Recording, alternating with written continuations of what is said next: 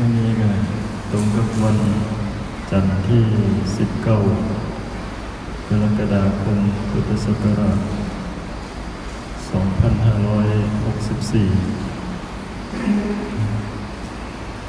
ในวันนี้ก็มีภาระหน้าที่ที่จะต้องได้เข้าอำเภอทางรองเจ้าคณะอำเภอก็มีพระครูสุตตะวรธรรมพินิจเพิ่นก็ได้เขียนโครงการในทางเทศบาลบึงพาเพื่อที่จะของงบประมาณมาใช้ในโครงการตรวจสุขภาพพระสงฆ์เพราะว่างบประมาณในการตรวจสุขภาพหรือว่าเกี่ยวกับพระสงฆ์นี่ก็จะมีงบประมาณอยู่กับเทศบาลหรือว่าอบต.แต่ว่าเฮาก็บ่รู้ว่าต้องเฮ็ดจังไดจังสิได้ทางคณะสงฆ์ก็บ่ฮู้บ่ทราบก็มีญาติโยมที่เพิ่นเป็นลูกศิษย์พระครูสุตตะวรธรรมพินิจเพิ่นก็ได้บอกกล่าวแล้วก็แนะนำวิธีการซึ่งครูบาสุนทรสุทธัมโมซึ่งเป็นเลขานุการเจ้าคณะตำบลดงบางเขต2หรือว่าเลขาพระครูตาเพิ่นก็มีความคิดที่สิอยากช่วยเหลือดูแลสุขภาพของพระสงฆ์ที่เฒ่าชราหรือว่าอาพาธทั้งหลายเป็นพระผู้เฒ่าบางที่ก็บ่มีปัจจัยบ่มีกิจนิมนต์ก็จะเป็นภาระให้กับทางญาติพี่น้องลูกหลานอย่างเช่นพระที่เพิ่นป่วยติดเตียงเป็นเวลาหลายปีครูบาท่านจะมีความคิดอยากจะมีโครงการก็ได้ปรึกษารองเจ้าคณะอำเภอเพิ่นก็เลยมีการเขียนโครงการขึ้นมาเพื่อที่จะจัด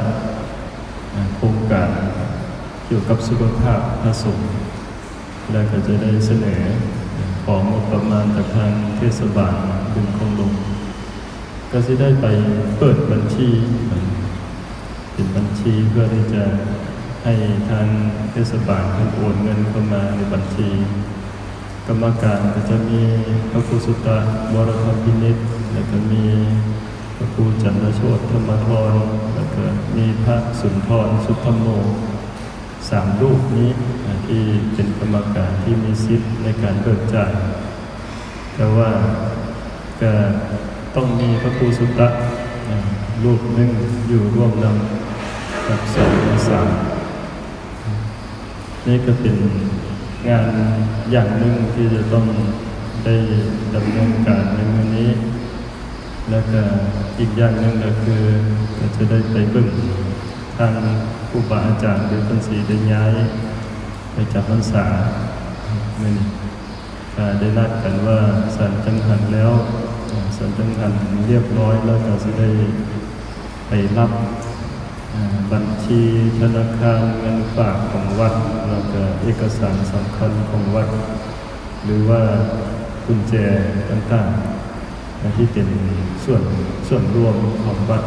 เพิ่นก็จะได้มอบให้แล้วเพิ่นก็จะได้ต้องได้ย้ายไปจำพรรษาอยู่วัดอื่นอันนี้ก็คือได้ไป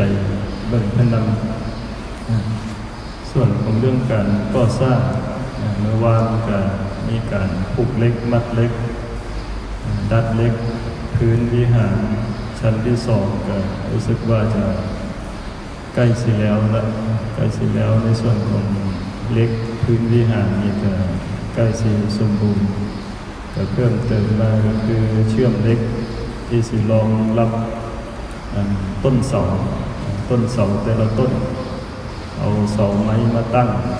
จะต้องมีเล็กรองไว้แล้วเพื่อที่จะเชื่อมยึดต้นเสาแต่ละต้นเพื่อความแข็งแรงมั่นคงเวลาลมเวลาอย่างมาก็สิช่วยในความแข็งแรงยิ่งขึ้นไป แล้วก็จะมีการพัฒนาแล้วก็ปรับปรุงในส่วนของวัดเฮาก็จะมีการปรับปรุงขึ้นของตนญาติโยมปกติเฮามีรูปภาพมีกิจกรรมมีการแสดงธรรมมีเฮ็ดบุญเฮ็ดทานนี่อย่างเฮาก็ถ่ายรูปเก็บไว้ปกติเราของใครของมันแต่วันนี้ก็ได้ให้บอมสุทธิพงษ์พรหมพิมพ์หรือว่าออมนี่แหละเป็นมาดูแลเรื่องการจัดทำเว็บไซต์ของวัดก็จะทำเว็บไซต์วัดศรีสว่างแล้วก็ทำประวัติพิมพ์ประวัติเกี่ยวกับวัดข้อมูลต่างๆของวัดลงไปในเว็บไซต์ภาพกิจกรรมของวัดแล้วก็ทั้งข้อมูลต่างๆที่เราสิได้เก็บรวบรวมไว้เป็นหมวดเป็นหมู่ก็จะมีความเป็นระเบียบเรียบร้อยแล้วก็เป็นมาตรฐานที่ทันสมัยยิ่งขึ้นเพราะว่าต่อไปก็มันก็จะเจริญเป็นหน้าแต่ว่าอาตมาก็อยากวางพื้นฐานไว้วางรากฐานไว้ให้มันมีให้มันพร้อมเพราะว่าจะเป็นเรื่องของวัตถุมงคลที่จะจัดทำขึ้นก็สิได้เอาไปบันทึกไว้ในเว็บไซต์ของเฮานำเรื่องของการทำบุญบริจาคออนไลน์ก็มีบัญชีของวัดที่ทางวัดได้เลือกตั้งกรรมการในการดูแลเงินในบัญชีมีบัญชีของวัด2 บัญชีแล้วก็จัดทำe-donation หรือว่าสามารถที่จะลดหย่อนภาษีได้สำหรับญาติโยมที่ได้โอนมาทำบุญผ่านบัญชีธนาคารของวัดอันนี้ก็ลดหย่อนภาษีได้เราก็จะเอาบัญชีตัวนี้นะมาให้ออกเป็นไป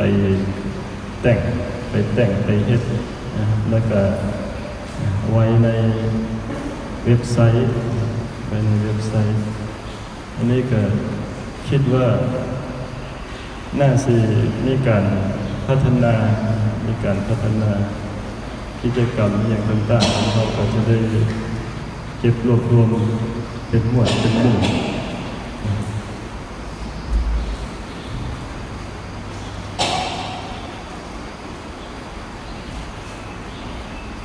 เขาก็จะบ่ได้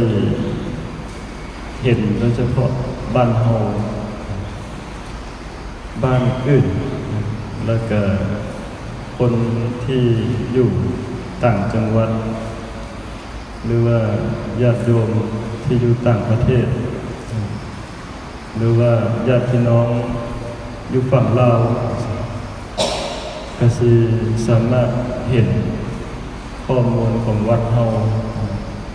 แล้วก็เห็นการดำเนินการในการก่อสร้างในการทำบุญหรือว่าอีหยังต่างๆเห็นรูปออกผลญาติโยมเห็นรูปพระเนรก็จำเป็นที่ต้องได้ปรับปรุงพัฒนาไปความเป็นระเบียบเรียบร้อยอีหยังก็สิได้ปรับไปเรื่อยๆเพราะว่าเมื่อเอาเข้าสู่ระบบที่มันจะสามารถเผยแผ่ออกไปได้ไกลก็ต้องยอมรับว่าคนทั้งหลายก็สิได้รู้ได้เห็นมีทั้งเสียงวิพากษ์วิจารณ์ทั้งเสียงอนุโมทนาสาธุการทั้งตำหนิติเตียนก็เป็นธรรมดาของโลกธรรมเป็นธรรมดาของโลกธรรมมันก็จำเป็นในสิ่งที่โยมเพิ่นตำหนิติเตียนเพิ่นเห็นว่าบ่ดีบ่งามเมื่อเพิ่นตำหนิติเตียนมาก็จะได้รู้ได้เข้าใจและก็ควรที่สิได้ปรับปรุงจุดใดก็จะเป็นสิ่งที่เราก็จะได้สำรวมระวังมากขึ้น ปรับปรุงตัวเองมากขึ้นบ่ว่าแต่พระแต่เนรแม้แต่ตัวอาตมาเองก็คือกันเวลาสิเว้าอีหยังออกไปเว้านี่เสียงก็สิได้ยินไปฮอดพุ่นละอาจจะไปฮอดเมืองลิเวอร์พูลพุ่นละอยู่ประเทศอังกฤษอยู่ละโยมเพิ่นอยู่ลิเวอร์พูลเพิ่นก็ได้ทำบุญมาลิเวอร์พูลแม่นอยู่พุ่นละที่ประเทศอังกฤษอยู่เซวันสปป.ลาวอยู่ฝรั่งเศสอยู่เยอรมันมีเอาตนญาติโยมญาติพี่น้องที่อยู่ทางไกลก็จะได้รับรู้รับฟังก็จะได้ยินเสียงญาติโยมสวดมนต์ก็จะเป็นอีกอย่างที่เฮาบ่เคยเห็นเนาะบ้านเฮาบ้านนอกคอกนาครับการพัฒนาก็ยังบ่หลายบางวัดเพิ่นก็มีเว็บไซต์มีหยังไปดนแล้วแต่ว่าเฮาก็เพิ่งจะเฮ็ดเพิ่งจะเริ่มต้นเพิ่งจะพัฒนาขึ้นไปก็ได้บอกให้ออกคนญาติโยมได้รู้แล้วก็ได้รับทราบแล้วก็เสียงก็สิได้บันทึกไว้เป็นแต่ละมือไปก็ขออนุโมทนากับโยมต่อยโยมต่อยยายหวนเป็นว่าต่อยสิเอาข้าวจี่ปาเต้มาถวายข้าวจี่ปาเต้ข้าวจี่ฝั่งลาวเนาะเอาเป็นกระปูก็ได้เอาข้าวจี่ปาเต้ฝั่งลาวข้าวจี่แซ่บปากสั้นก็ต้องเขียนมาถ้าโวยดีก็บ่ได้สั่น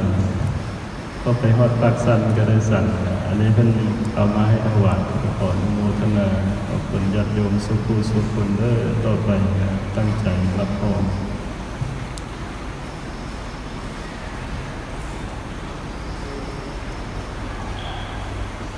ยะถา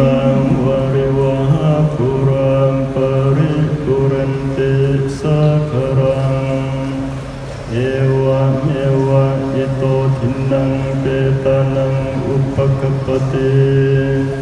อิจิตังปฏิตังตุมหังคิปะเมวะสมิจฉตุสัพเพปุเรนตุสังกปปาจันโทปนรโสยะถาม